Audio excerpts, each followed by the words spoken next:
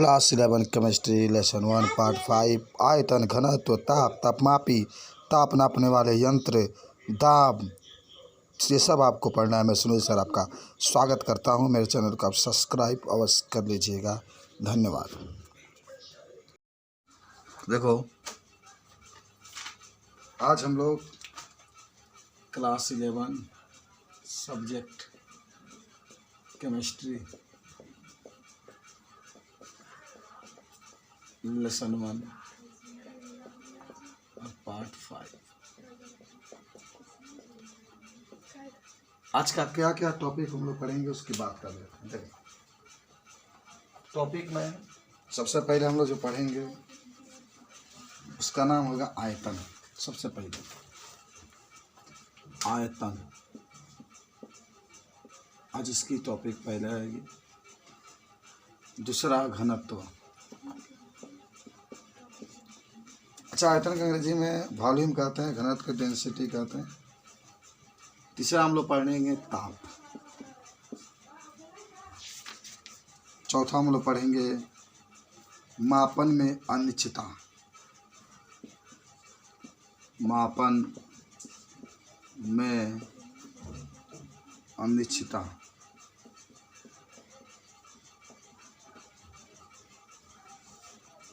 पांचवा वैज्ञानिक संकेत। बहुत अच्छी बात होगी है, कभी कभी 9 में आया करता था ये,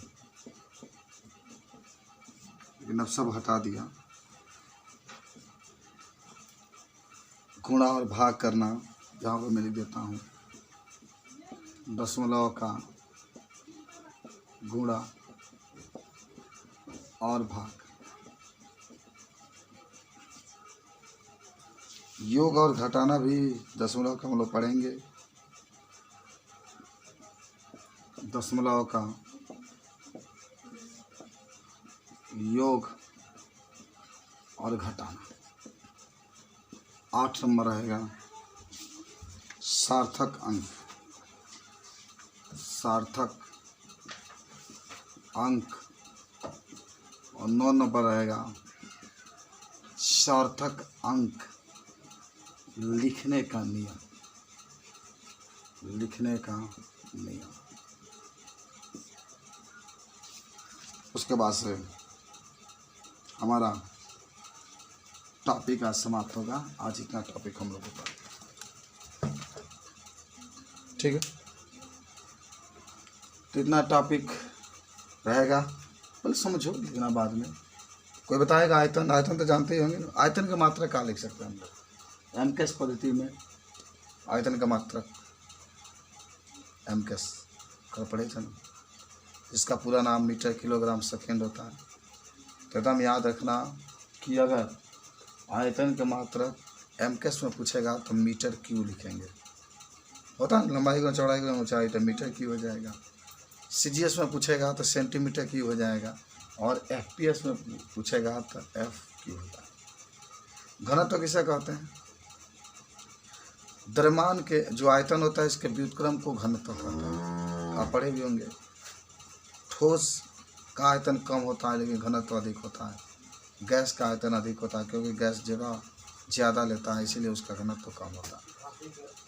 घनत्व के सूत्र होता है घनत्व बराबर द्रव्यमान बटा आयतन। ये भी आप पढ़े थे। ताप भी आपको याद होगा। ताप किसी वस्तु का वह गुण होता है जिससे हमें पता चलता है वस्तु गर्म है कि क्या ठंडा। यहाँ से तापमापी भी देख लेंगे। ताप नापने वाले यंत्र को हम लोग क्या कहते हैं? तापमापी कहते हैं। तो चलो शुरू करते हैं। आज हम लोग सबसे पहले आयतन। तो आज का फर्स्ट टॉपिक शुरू, आयतन। और आप कहेंगे कोई वस्तु जितना स्थान घेरता है उसे आयतन कहते हैं। यहाँ से हम लोग शुरू करते हैं आयतन।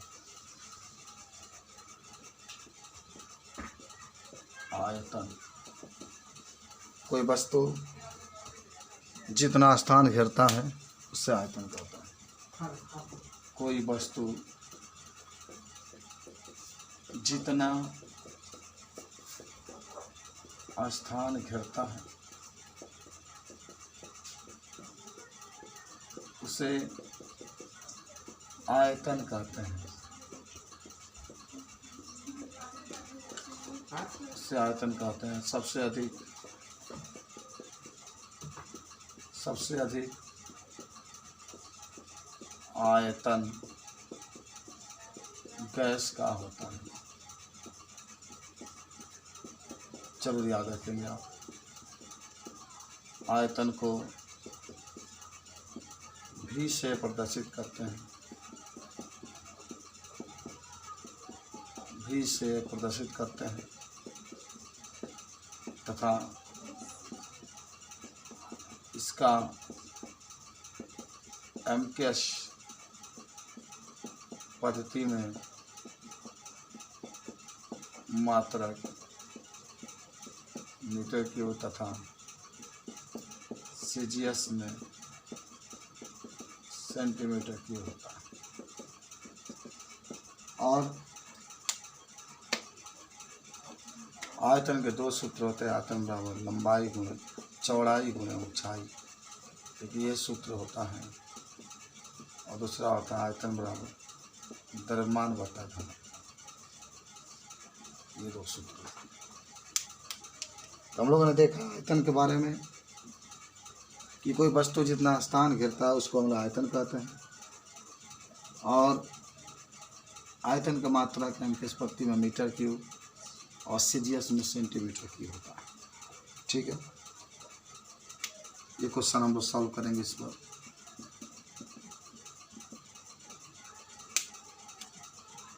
कि एक पदार्थ की लंबाई 10 मीटर, चौड़ाई 50 मीटर और ऊंचाई 100 मीटर है, तो आयतन बताइए। बहुत आसान सा क्वेश्चन, शायद लग जाएगा तुम लोगों से। कहा कि एक पदार्थ की लंबाई 10 मीटर, तो लंबाई कहेगा। जब आप इसको हल करेंगे तो लंबाई के जगह पर हम लोग यल लिखेंगे। यल का मान 10 मीटर, बी का मान 50 मीटर, एच का मान 100 मीटर। आयतन पूछ रहा है तो सूत्र होता है एल गुणे बी गुणे एच। यल का मान 10 गुणे 50 गुणे 100, पूरा गुणा कर देंगे तो 50,000 मीटर क्यूब आंसर। इस टाइप का जब भी सवाल आपको मिले हम लोग इसी तरीके से इसको लगाते हैं। ठीक है, तो ये बात था आपका आयतन। तो आयतन का टॉपिक समाप्त। आयतन के बाद हमारे पास आ रहा है घनत्व। तो चलो घनत्व के पास चलते हैं। सेकेंड नंबर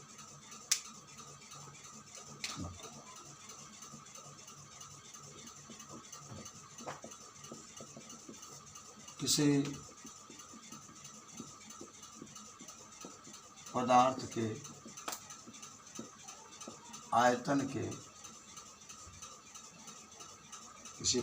के आयतन के व्युत्क्रम को घनत्व कहते हैं। इसे डी से प्रदर्शित करते हैं।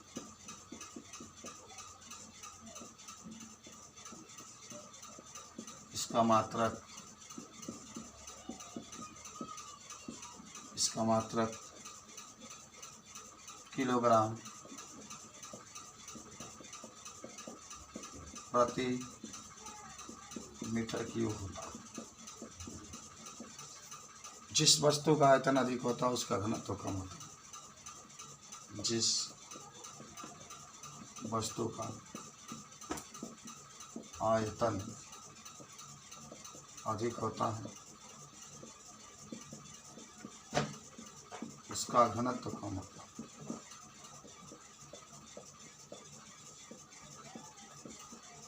ओके, कुछ बातें आप लोगों ने देखा। और आप इसको लिख सकते हैं कि घनत्व बराबर द्रव्यमान बटा आयतन, ये फॉर्मूला होता है। तो अगर कोई आपसे घनत्व का पूछे तो बता सकते हो। कोई आपसे पूछे कि बताओ ठोस द्रव गैस में किसका घनत्व अधिक है, तो क्या कहोगे? ठोस का, क्योंकि स्थान कम रहता है। लिखा गया है कि जब वस्तु का आयतन अधिक होता है तो उसका घनत्व कम होता है।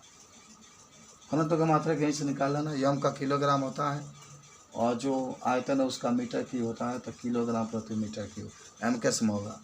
और अगर सीजीएस में कोई पूछता है तो इसको ग्राम कर लेना और इसको सेंटीमीटर क्यूब कर देना।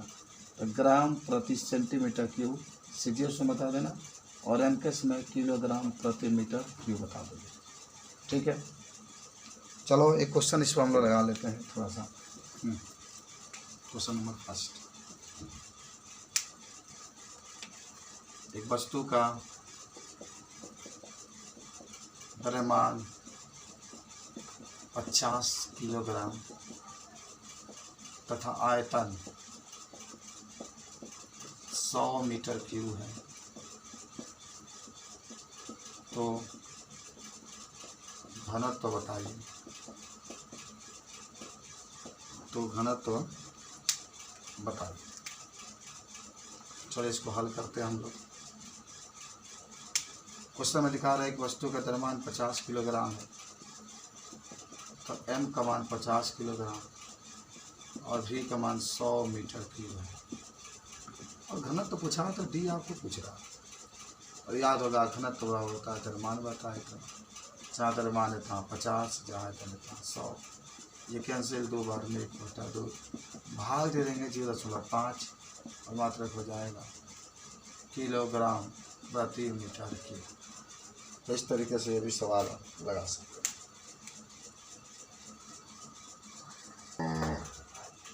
ठीक है, ताप के बारे में क्या कहोगे? देखो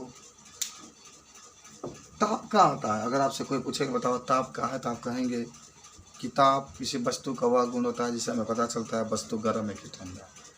किसी को टच करोगे, अगर वो गर्म महसूस होता है तो उसका ताप अधिक है। किसी को टच किए और वो ठंडा महसूस होता है तो उसका ताप कम है। जैसे मान लो 2 वस्तु है, कोई पूछे कि बताओ इसमें कौन गर्म है कौन ठंडा है, तो आप देख करके नहीं बता सकते। आप उसको अपने हाथों से स्पर्श करेंगे इस तरीके से, जिसका ताप अधिक आएगा तो वो गर्म है, जिसका ताप कम आएगा वो क्या ठंडा है। तो लिख लेते हैं हम लोग। लिखो, ताप किसी वस्तु का वह गुण होता है, किसी वस्तु का वह गुण होता है जिसे हमें पता चलता है, जिसे हमें पता चलता है कि वस्तु गर्म है या ठंडा। ताप किसी वस्तु का वह गुण होता है जिससे हमें पता चलता है वस्तु गर्म है कि क्या है ठंडा। ठीक है, और यहाँ ताप के बाद एक छोटा सा हेडिंग आता है जिसका नाम होता है, जैसे मान लीजिए एक वस्तु पर चित्र बना देते हैं हम। यहाँ पर है एक वस्तु, यहाँ पर है, इसका टेम्परेचर 100 डिग्री सेल्सियस, इसका 50 डिग्री सेल्सियस। 100 है तो ये अधिक गर्म होगा, बता भी सकते हैं आप, क्योंकि ताप अधिक है, ये कम गर्म होगा। तो ताप के द्वारा ही हम लोग महसूस कर सकते हैं कि कौन वस्तु गर्म है और कौन ठंडा है।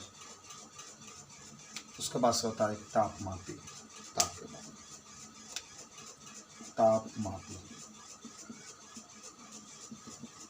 याद है। कभी आपको बुखार लगता होगा तो क्या किया जाता है, बुखार को नापा जाता है किसके द्वारा, तापमापी के द्वारा। या पानी कितना गर्म है, हम लोग तो अपने हाथ को स्पर्श करके, शहरों में आप जाएंगे तो थर्मामीटर लगा करके तब हकीकत में नापा जाता है कि उसका ताप कितना है। तो तापमापी, तापमापी का मतलब होता है ताप नापने वाला जो मापी होता है, ताप नापने वाला जो यंत्र होता है उसी को क्या कहा जाता है, तापमापी। ताप मापने वाले यंत्र को तापमापी कहते हैं। ताप नापने वाले यंत्र को तापमापी कहते हैं। और आपको बता दें यहाँ पर तापमापी के प्रकार, तापमापी का प्रकार कितने प्रकार का होता है बताओ? जो ताप नापने वाले यंत्र होता है उसको तापमापी कहते हैं। और तापमापी होता है 3 प्रकार के। एक सेल्सियस, आप 9 में होंगे तो पढ़े होंगे, सेल्सियस, फ़ारेनहाइट, केल्विन। सेल्सियस का खोज सेल्सियस नामक वैज्ञानिक ने किया। और एक स्वस्थ मनुष्य का ताप सेल्सियस में कितना होता है? 37 डिग्री या 36.9 डिग्री सेल्सियस लगभग माना जाता है। और एक होता है फ़ारेनहाइट। फ़ारेनहाइट का खोज फ़ारेनहाइट नामक वैज्ञानिक ने किया था। और जो फ़ारेनहाइट होता है, फ़ारेनहाइट में स्वस्थ मनुष्य का जो ताप होता है 98.4 डिग्री फ़ारेनहाइट होता है। ये सब याद रखना। और तीसरा जो यंत्र होता है उसको हम लोग कहते हैं केल्विन। और स्वस्थ मनुष्य का ताप जो होता है केल्विन में लगभग 309.6 या 310 केल्विन होता है। केल्विन का आगे डिग्री नहीं लिखा जाता है, लेकिन फ़ारेनहाइट और सेल्सियस का आगे डिग्री लिखा जाता है। अच्छा, एक और चीज़ याद रखना, आपसे कोई प्रश्न आता है कि एमकेएस पद्धति में ताप का मात्रक क्या होता है, तो कहना कि एमकेएस पद्धति में ताप के मात्रक केल्विन होता है। याद रखना इस चीज़ को। कभी भी सवाल को ज़्यादा आता है बदलने के लिए तो हम लोग केल्विन में ही बदलते हैं। सूर्य का जो बड़े बड़े जो गर्म पिंड रहते हैं, जैसे सूर्य हुए, चाहे तमाम प्रकार के ग्रह हुए, उसको ताप नापने के लिए हम लोग केल्विन का ही प्रयोग करते हैं। माने यही एमकेएस पद्धति में मात्रक होता है। ठीक है, तो जो आपके तापमापी होता है 3 प्रकार का होता है। यहाँ पर लिख सकते हैं कि तापमापी 3 प्रकार का होता है। तापमापी 3 प्रकार के होते हैं। जो पहला होता है उसका नाम होता है सेल्सियस। का नाम होता है सेल्सियस। बस इतना जानिए। अभी जस्ट मैंने बताया कि सेल्सियस का खोज सेल्सियस नामक वैज्ञानिक ने किया था। इससे हम लोग डिग्री सेल्सियस से प्रदर्शित करते हैं।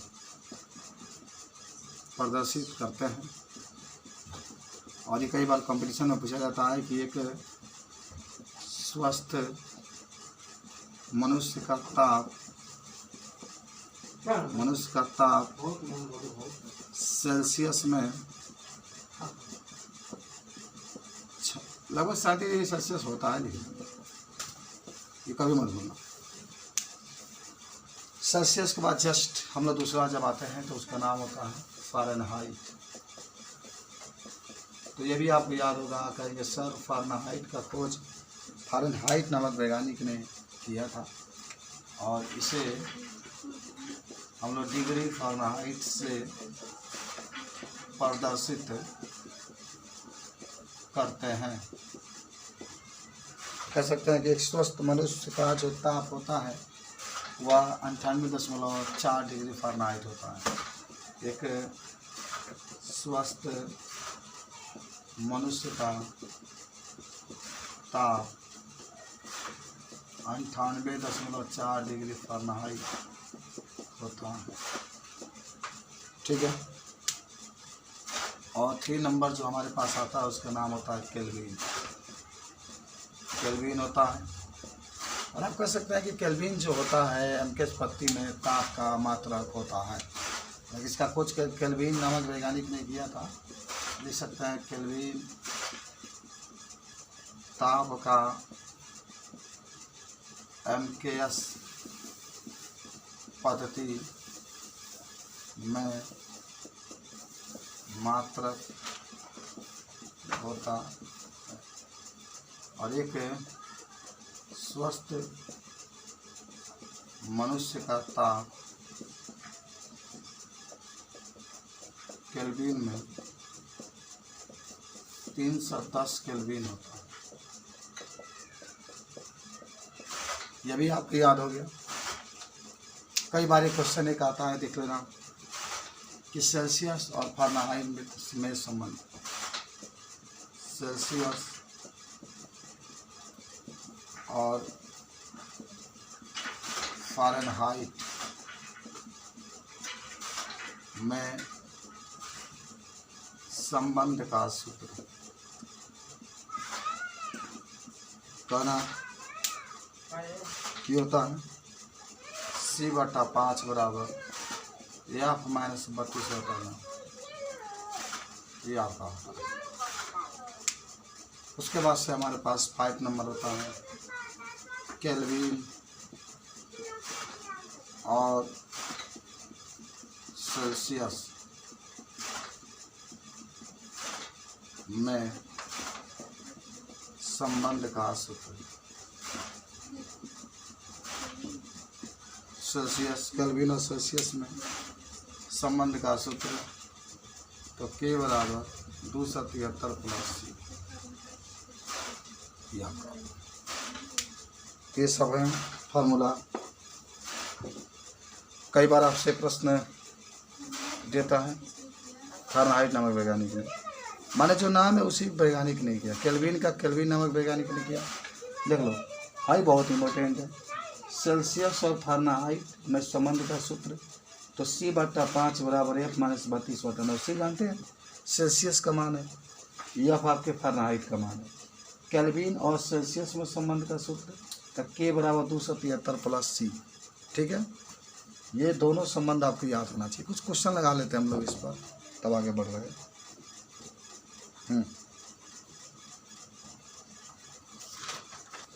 आते हैं, हमारे पास 2 क्वेश्चन है। ठीक है, इस क्वेश्चन को इन दोनों फार्मूला पर हम लोग को हल करना है। ये वाला, ये तो सेल्सियस और फ़ारेनहाइट में संबंध का सूत्र है और ये केल्विन और सेल्सियस में संबंध का सूत्र है। तो पहला क्वेश्चन देखो, कह रहा है कि एक व्यक्ति का ताप 40 डिग्री सेल्सियस है तो इसे फ़ारेनहाइट में बदलिए। फर्स्ट यही क्वेश्चन है कि एक व्यक्ति का ताप 40 डिग्री सेल्सियस है तो इसे फ़ारेनहाइट में बदलिए, फर्स्ट। सेकंड है, पिंड का ताप 127 डिग्री सेल्सियस है तो इसे केल्विन में बदलिए। ठीक है, अच्छा, ये दोनों ताप में कोई ज़्यादा विशेष अंतर नहीं। इस जो पहला सवाल आप देख रहे हो उदाहरण, ये इस फार्मूला पर लग जाएगा क्योंकि C का मान दिया, ये 40 डिग्री सेल्सियस है तो C का मान दिया है, और यहाँ जब फ़ारेनहाइट पूछ रहा है तो ये अपनी कट जाएगा। सेकेंड में C का मान दिया है जब C कह रहा है तो, और केल्विन में पूछ रहा था कि आपको ये माने दूसरा सवाल जो होगा इस फार्मूला से, पहला सवाल इस फार्मूला से होगा। तो चलो आओ हल करके देखो कैसा क्वेश्चन में आप देख रहे हैं। कह रहा है कि 40 डिग्री सेल्सियस आपका है तो C का मान आप 40 डिग्री सेल्सियस लिखेंगे। ठीक है, C का मान कितना लिखेंगे? 40 डिग्री सेल्सियस लिखा जाएगा। एक पिंड का ताप, चलो फ़ारेनहाइट पूछा तो आप लिखिए।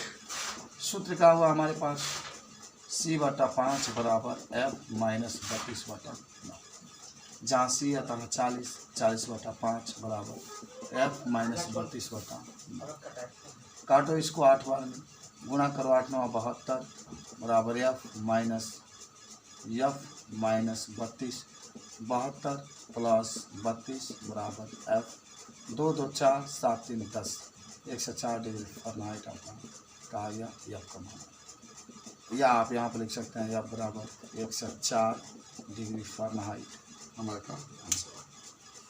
देखो कितना आसान था क्वेश्चन। हाँ, जब भी ऐसा महसूस हो कि C का मान दिया हो, F का मान पूछ रहा है, तो आप सीधे इसी फार्मूला पर सवाल को रख देंगे तो हमारे पास आंसर निकल जाएगा। ठीक है, कुछ समझ में आया कैसे लगाएगा? चलो सेकेंड नंबर पर आते हैं, इसको हल करते हैं। हल कहता है, कह रहे कि एक पिंड का ताप 127 डिग्री सेल्सियस है। चलो C का मान आप लिख देंगे 127 डिग्री सेल्सियस। केल्विन में इसका मान पूछ रहा है, K में इसका मान पूछ रहा है। चलो सूत्र हमारे पास होता है K बराबर 273 प्लस C दिया, K पूछा तो ये फार्मूला लगाएंगे हम, K बराबर 273 प्लस C। अब सिंपल सी बात है, मान रख देंगे तो K बराबर 273 प्लस C का मान 127, जोड़ देंगे 0, 7 9 1 10, 3 3 1 400 केल्विन हमारा कहा जाएगा आंसर। ठीक है, हो जाएगा, लग जाएगा। तो इस तरीके से दोनों सवाल आप क्या कर सकते हैं, लगा सकते हैं। कहेंगे हम लोग कि जब हम किसी वस्तु को नापते हैं, चलो नाप रहे हैं, मान लो वस्तु है, इसकी लंबाई हम लोग क्या कर रहे हैं, नाप रहे हैं। जब किसी वस्तु को नापते हैं, जितना लंबाई आना चाहिए उतना नहीं आता है, कम आ गया या अधिक आ गया, तो इसी का हम लोग मापन का अनिश्चितता कहते हैं। मापन का अनिश्चितता का मतलब क्या हुआ, एक्यूरेट जितना इसका मान होना चाहिए उतना नहीं आता, इससे कम आ जाता है या इससे अधिक आ जाता है। किसी वस्तु को नापते हैं, चाहे उसकी लंबाई नापे, चाहे इसकी ऊंचाई नापे, जितना एक्यूरेट मान होना चाहिए उतना नहीं आता है, उससे कम या अधिक आता है तो उसी को हम लोग कहते हैं मापन में होनी चाहिए। तो लिख लो, छोटा सा लिखना समय। किसी वस्तु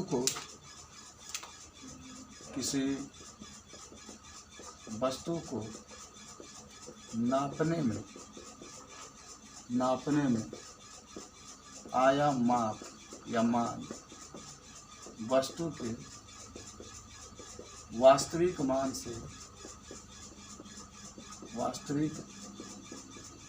से अलग होता है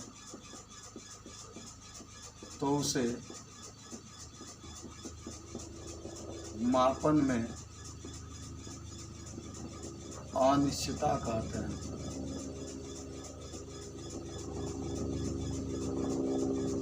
तो समापन में क्या कह दिए हम लोग? अनिश्चितता कहेंगे। किसी वस्तु का नापते हैं, जितना मान होना चाहिए उतना नहीं आता, कम बेस आता है तो उसी को, जिसका नाम होगा वैज्ञानिक संकेतक या संकेतन। पहले हम आपको समझाते होता क्या है।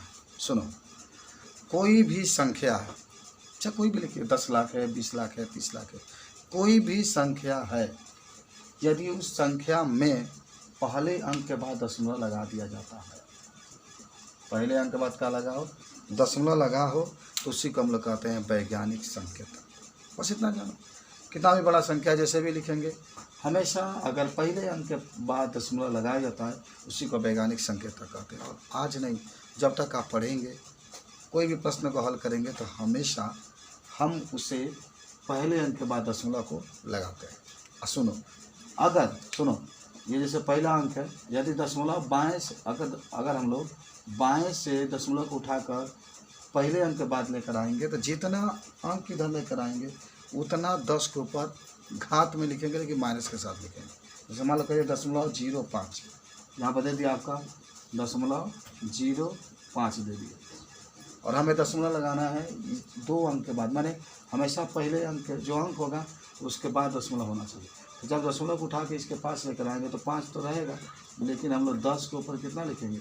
-2, क्योंकि एक अंक है, एक अंक है। और अगर इसको दाएं से उठा कर, जैसे मान लो ऐसे दे दिया 5 है, 5 आपको दे दिया इस तरीके से, 5 0 0 दे दिया, फिर 5 दे दिया यहाँ पर, मान लो दशमलव यहाँ पर है, तो इसको उठाकर यहाँ पर लेकर आएंगे। तो अगर हम लोग दाएं से बाएं जाएंगे तो जितने अंक जाएंगे उसको 10 के ऊपर घात में लिखेंगे, लेकिन प्लस में लिखेंगे। यही होता है वैज्ञानिक संकेत। कुछ बात समझे? बात समझे कि जब संख्या को हम लोग क्या करते हैं, पहले अंक के बाद दशमलव लगा के लिखते हैं तो उसका वैज्ञानिक संकेतक कहते हैं। तो लिख लेते हैं आप, लिखो। जब किसी संख्या में पहले अंक के बाद दशमलव लगाकर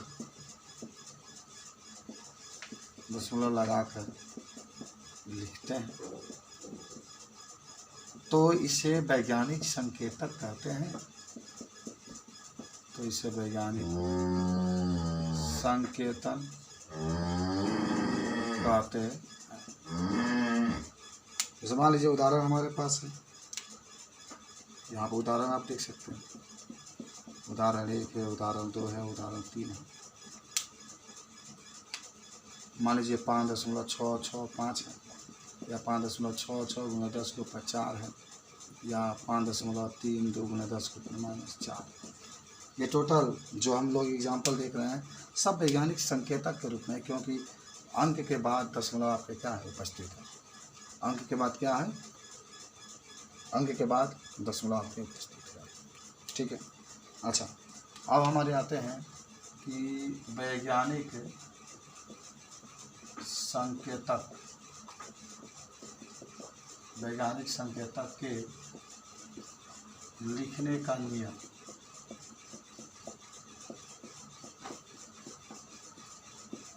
वैज्ञानिक संकेतक के लिखने के नियम, इसमें आप 2 नियम देखेंगे। कितने नियम? वही मैंने बताया। जो पहला नियम लिखेंगे कि दशमलव को बाएं से उठाकर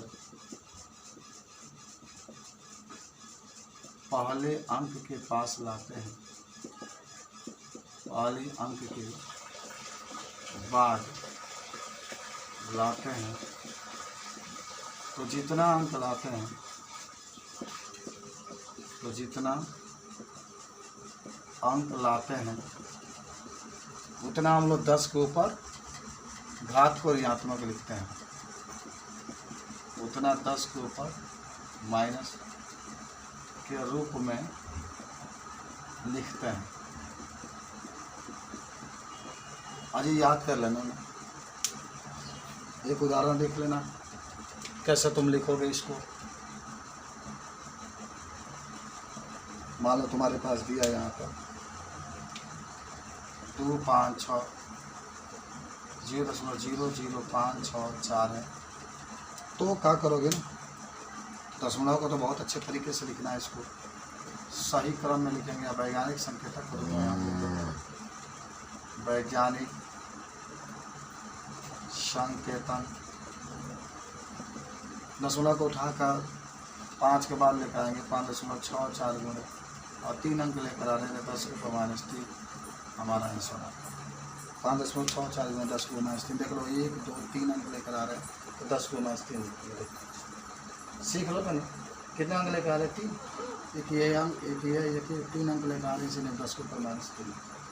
ठीक है, अच्छा चलो सेकेंड नियम का नहीं, और दाएं से बाएं वाला का नियम। जब दशमलव को दायां से उठाकर पहले अंक के पास लाते हैं, पहले अंक के पास लाते हैं, तो जितना अंक लाते हैं, जितना अंक लाते हैं उतना 10 को प्लस के रूप में लिखते हैं, 10 को प्लस के रूप में लिखते हैं। पूरा नियम याद होना चाहिए। दाएं से बाएं जाओगे प्लस के रूप में, बाएं से दाएं जाओगे माइनस के रूप में। उदाहरण में देख लो, यदि मान लो 2, 5, 6.43 उदाहरण में आपका है, आपको वैज्ञानिक संकेतक के रूप में इसको लिखना है, वैज्ञानिक संकेतक के रूप में। तो कैसे लिखोगे? दशमलव उठा के यहाँ पर लेकर आओगे ना, दशमलव उठा के यहाँ पर लेकर आओ। कितने अंक लेकर आ रहे हैं? 2, तो 2.56443 तो लिख लो, 10 के ऊपर 2 लिख लो, ये हमारा आंसर आ गया।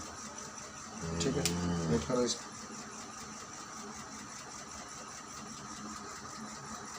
देखो आपको हम लोग एक नया टॉपिक सीख रहे हैं, दशमलव का गुणा, दशमलव का गुणा, दशमलव का गुणा देखेंगे और फिर हम लोग दशमलव का भाग देखेंगे। दशमलव का हम आपको बता देते हैं दशमलव का गुणा कैसे आप हल करेंगे आज के बाद से। देखो क्या करेंगे कि जब दशमलव का गुणा करेंगे तो हम लोग क्या करते हैं कि देख लेते हैं कितना दशमलव के बाद अंक है। ठीक है, मान दशमलव के जहाँ दशमलव आपका लगा होगा इस तरीके से, तो इस दशमलव के हम लोग दाहिने ओर देख लेंगे कितना अंक है। फिर मान लो दूसरका में अगर दशमलव के बाद दाहिने ओर देख लेंगे कितना अंक है, गिन लेते हैं। मान लो यहाँ पर गिना 4 अंक है, हमने यहाँ पे गिना मान लो 3 अंक है, तो गुणा करने के बाद जो हमारा आंसर आएगा उसमें 4 और 3 7 अंक के बाद, मैंने इधर से 1 2 3 4 ऐसे गिन करके 7 अंक के बाद दशमलव लगाते हैं। ये याद करो, वैसे तुम लोग लगाते ही हो। माने दशमलव के बाद जितने अंक बाद में रहेगा यानी दाहिने ओर रहेगा उतना काउंटिंग कर लेंगे। यहाँ भी दशमलव के बाद जितने दाहिने ओर रहेगा काउंटिंग कर लेंगे, और गुणा करने के बाद जो मान आएगा उसको हम लोग अगर 4 3 7 अंक आया तो 7 अंक इधर लगा देंगे। और अगर भाग की बात होगी तो भाग अगर दशमलव वाला है तो अगर ऊपर अंश में दशमलव है तो उसको दशमलव हटा देते हैं, नीचे हर में 0 उतना बढ़ जाता है। अगर नीचे दशमलव है माने हर में दशमलव है तो दशमलव हटाएंगे, दशमलव के बाद वाला जितने अंक हो गए उतना जीरो ऊपर बढ़ के भाग देंगे। जैसे मान लो तो इसमें लिख लो दशमलव के गुणा में कि इसमें सभी संख्या में दशमलव के बाद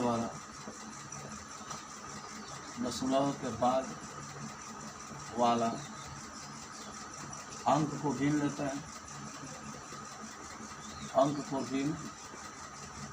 लेते हैं, तथा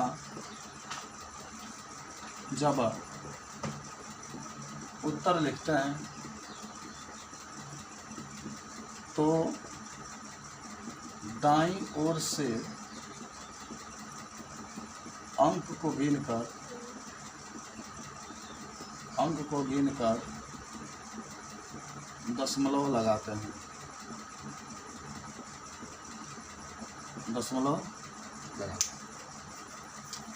बस सिंपल सी बात आपकी रहेगी, ठीक है ना। एक उदाहरण हम लोग देखते हैं। आओ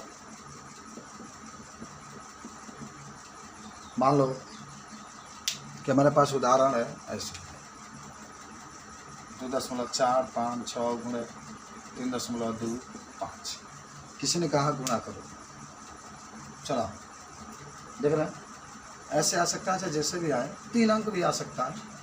तो पहले तो हम लोग जब गुणा करेंगे, देखो कितना अंक है, 3 अंक है। आइए कितना है, 2 अंक है, 3 2 5 अंक, ये कहीं याद कर लिया जाता है। और 5 अंक जब आंसर आएगा तो हम लोग दशमलव लगा देते हैं। देखो गुणा कैसे करते हैं, गुणा करते हैं 2 4 5 6 गुणे सामने 5 लिख लो, 2 लिख लो, 3 लिख लो। 6 × 35 के 0, 5 × 25 3 28, 5 × 20 3 5 × 20 2 22, 5 दूना 10 2 12, एक कट कर दो, 6 दूना 12, 5 दूना 10 1 11, और 4 दूना 8 1 9, और 2 दूना 4, एक और कट कर दो, 6 3 18, 5 2 15 1 16, 4 3 12 1 13, 3 दूना 6 1 7, जोड़ो 0, 8 2 10 के 0, 2 1 3, 8 3 11, 1 12 के 2, 6 9 2 11, 11 6, 9 2 11 6, 17 1 18, और 4 1 5, 5 3 8 1 9, 7 8 7 अंक। कितने अंक बाद दशमलव लगेगा, यहाँ 5 अंक है ना, तो आप इसको सही रूप में जब लिखेंगे, आप लिख लीजिएगा सही रूप क्या हो जाएगा, दशमलव इधर चले जाएगा, 1 2 3 4 5 अंक, 7.98220, ठीक है ना। आपको होमवर्क के रूप में लिख दे देते हैं कि आप घर पर रहिएगा तो इसको बनाते रहिए।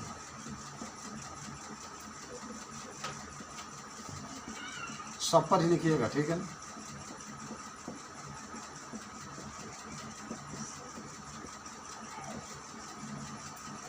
ये हमारे पास सवाल है, इसको होमवर्क के रूप में आपको लिखना है। चलो अब आते हैं हम लोग दशमलव का भाग।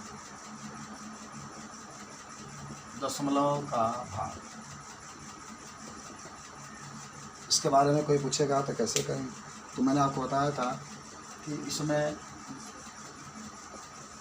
यदि अंश में दशमलव को हटाते हैं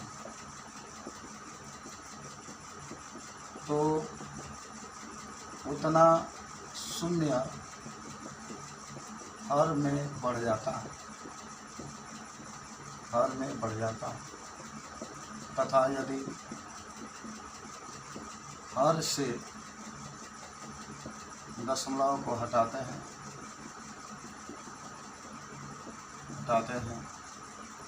तो उतना शून्य अंश में बढ़ जाता है,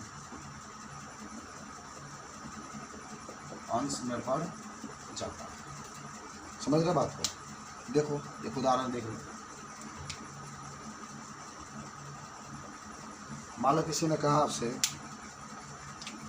कि 2.553 में 3.66 से आपको भाग देना है। बात समझ रहे हो, यह आप कहाँ गए, पहले समझ लो। 2.553 में हमको भाग देना है 3.66 से, तो पहले इसको लिखो सही रूप में। कैसे, 2 5 5 3 बटा में अच्छा दशमलव भी तो है, दशमलव यहाँ लगा कर 3.66 और सही रूप में लिखो 2 5 5 3 दशमलव के बाद 3 अंक है तो 3 को 0 बढ़ा दो, गुण 3 6 6 दशमलव के बाद 2 अंक है तो 2 को 0 बढ़ा दो। देखो बस समझ में आया। अरे दशमलव के बाद ये 3 अंक है तो हमने 3 0 बढ़ाया, दशमलव के बाद 2 अंक है तो हमने 2 0 बढ़ाया। अब इसके बाद से हम लोग क्या करेंगे कि 1 0 से 1 0 कैंसिल, 1 0 से 1 0 कैंसिल। चलो अब नहीं कटेगा तो नहीं कटेगा तो ऊपर लिख लो 2 5 5 3 और नीचे 3 6 6 0। अब भाग देते 2 5 5 3 जैसे भाग आप देते हैं और यहाँ पर 3 6 6 0। मान लो यहाँ पर 25 है, 0 बार में लेके जाओ तो 0 उतर जाएगा, पूरा 25 5 3 हो जाएगा, दशमलव बढ़ा देंगे 0 होगा।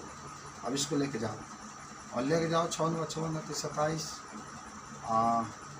9 बार में लेके जाओ, चलो 0 हो जाएगा। 6 9 54 के 4 6 9 54 और 5 59 29 27 और 5 32 हो जाएगा 0। 13 में से 4 गया 9 और यहाँ 14 में से 9 जाएगा 5 और यहाँ 4 में से 2 जाएगा 2 और यहाँ 3 से कैंसिल नहीं। हाँ ठीक है, इतना बचेगा। भाग देते रहना तो लगभग 0.9 हमारा क्या आ जाएगा इंशाल्लाह। इस तरीके से हम लोग क्या कर सकते हैं, भाग भी दे सकते हैं। ठीक है, नोट कर लो इसको। अब हम लोग पढ़ने वाले हैं दशमलव का जोड़। अच्छा बचपन से आप लगाते ही आ रहे होंगे दशमलव का जोड़, दशमलव का घटाना। तो दशमलव को जोड़ करने के लिए हम लोग दशमलव को दशमलव के सामने रख कर क्या करते हैं, याद रखना। दशमलव का जोड़ लगाओगे तो दशमलव के सामने दशमलव रख करके हम लोग हल करेंगे। या दशमलव का घटाना लगाएंगे तो दशमलव के सामने दशमलव लगा करके तब क्या करते हैं, घटाना लगा। दशमलव का जोड़ का मतलब होता है कि दशमलव के सामने दशमलव लगाएंगे तो जोड़ देंगे। देखो चलो लिख लो इसमें, इसके लिए देखो दशमलव के जोड़ में दशमलव के सामने दशमलव रख कर तब जोड़ते हैं, तब जोड़ते हैं। अच्छा इसी तरह से इसका भी यही नियम होता है कि दशमलव के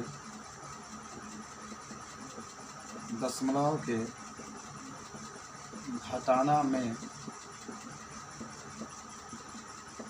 दशमलव को रख कर दशमलव के सामने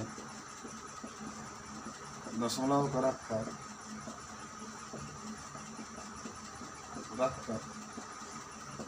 तब घटाते हैं, तब घटाते हैं। इसका उदाहरण देख लेते हैं हम लोग फटाफट, और इसका उदाहरण देख लेते हैं दोनों का। दशमलव के सामने दशमलव रख करके हम लोग जोड़ते हैं। आज देख लेंगे हम लोग। मान लो हमारे पास आ गया, ठीक है, 2.668 प्लस 268.4 और प्लस केवल 2 दे दिया। एक और सवाल हुआ, मान लो घटाने में आ गया 2.0064 माइनस 0.0095 ऐसे एक और 6 मान। तो कैसे हम इसको जोड़ते हैं आप सीखे भी होंगे सब, बचपन से पढ़ते आ रहे हैं आप। कैसे जोड़ेंगे जा देखते हैं। ये देखो पहले उतार लो 2.668 है और इसके सामने दशमलव ये लगा लो, यहाँ पर 4 लिखो, फिर 8 6 2 आपके पास है, 8 है, ये 6 लिखो, 6 4 10 के 0 लिखो, 8 10 लिख 11 लिखो, 6 1 7 लिखो और 2 लिखो। इतना आंसर है। कभी भी ना आपको ऐसा महसूस हो ये 2 हटा देता हूँ। तो इसी तरीके से हम लोग दशमलव के सामने दशमलव लगा करके ये वाला जो हिस्सा है देखते हैं।